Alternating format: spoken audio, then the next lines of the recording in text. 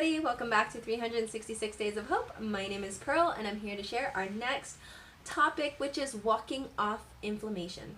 So many of you guys know, if you've been following me, that I am married to a person who has type 1 diabetes, and we have done so many different things to help basically manage the diabetes but also manage the weight. So one of the big benefits is walking. Now, a few years back in about 2015, we decided to really drastically change my husband's diet, but one of the things that he was consistently doing was walking to and from work, and this is when we lived in Korea. He had a 10-pound backpack, and he was walking a mile one way just to get to work, and then obviously a mile back. So that's 2 miles a day that he was walking 5 days a week. And this was a great way in which that helped reduce the fat, because he would have his smoothies in the morning and then he'd go for a walk to work, and then he would come back from work. And so he was definitely getting his heart rate up, and we were seeing noticeable differences in his body, because one of the big benefits of walking, especially after a meal, is the reduction of body fat. And you might be thinking, well, if he's intaking calories, then the only calories he's in a sense, utilizing is the ones that he's taking in immediately.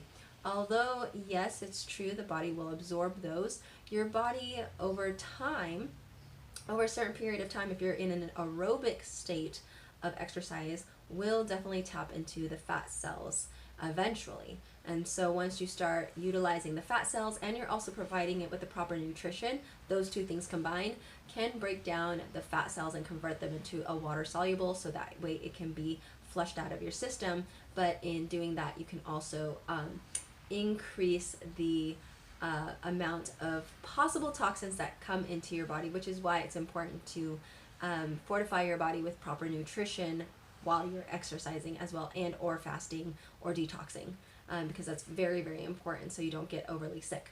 But that's for another topic. And so, like we said, one of the benefits is definitely reducing body fat.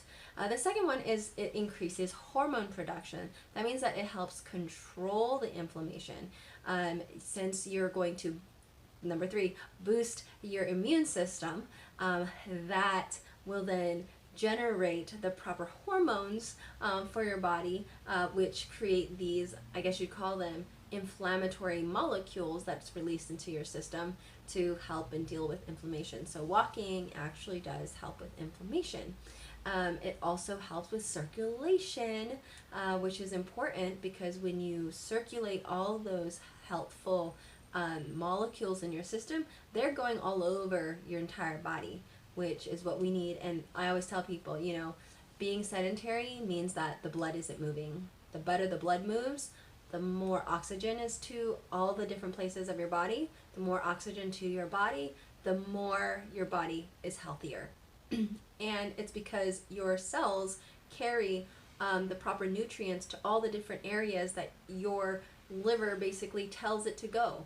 If it says, hey, we need more going to the liver because maybe there's something inflammatory about it, then the more circulation that you have going on, then it's going to generate that. So next I'm going to show you a video of an Instagrammer who basically did a really cute skit on how insulin and how the different organs function after a walk and before a walk. And I hope that this kind of, I think, opens up and explains it for you, so that way you can really understand how you can walk off inflammation. I just finished eating, but I'm still so hungry. I don't get it. There is so much food here. Why is the human still hungry? And sugar, you of all things, why are you out here in the bloodstream? Why aren't you inside the cell? I wish I knew. Insulin has been trying to get me in, but the cell's door has been sealed shut. I have been screaming and shouting at the cell to open the door, but it is like I am invisible. I'm starving out here. I need sustenance. I need food. We have insulin resistance. The cell cannot hear or respond to insulin. So what happens now? Well, the human needs to walk, move, exercise for the cell to become sensitive to insulin again. Or maybe I should go for a walk. A walk would be so much better. And what is that weird thing on your ear, cell? Oh, these are my new accessories. Oh, geez, insulin, you don't have to shout. Oh, really? Hand me the sugar molecules.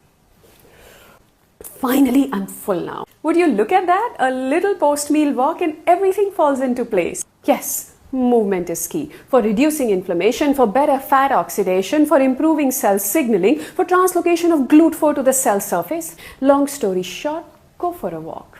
Well guys, thank you so much for watching it, and I hope that it encourages you to consider going for a walk after your meal and get the body moving, get the blood flowing, especially if you've been, your whole day has been revolved around sitting, right? Because we sit when we eat, we sit while we work, and being able to get up and move right after you eat can definitely benefit. So one of the articles that I read was basically a meta-analysis, and although there are still studies that need to be done to really confirm this, one of the things that they did discover is that those who exercised right after they had eaten, and by exercise I mean just going for a walk, right? So they moved their body right after, and it wasn't super vigorous, but they did notice that it helped lower their blood sugar after they ate. With that said, guys, I think it really just emphasizes the point of the importance of moving your body, especially after you eat. And we're not talking about anything super fast, but just even walking, just getting up and moving, just helps the body move and helps the digestive system going in movement. So with that said, may you live, thrive, and be healthy, and let's keep walking off inflammation. Take care, guys. Bye.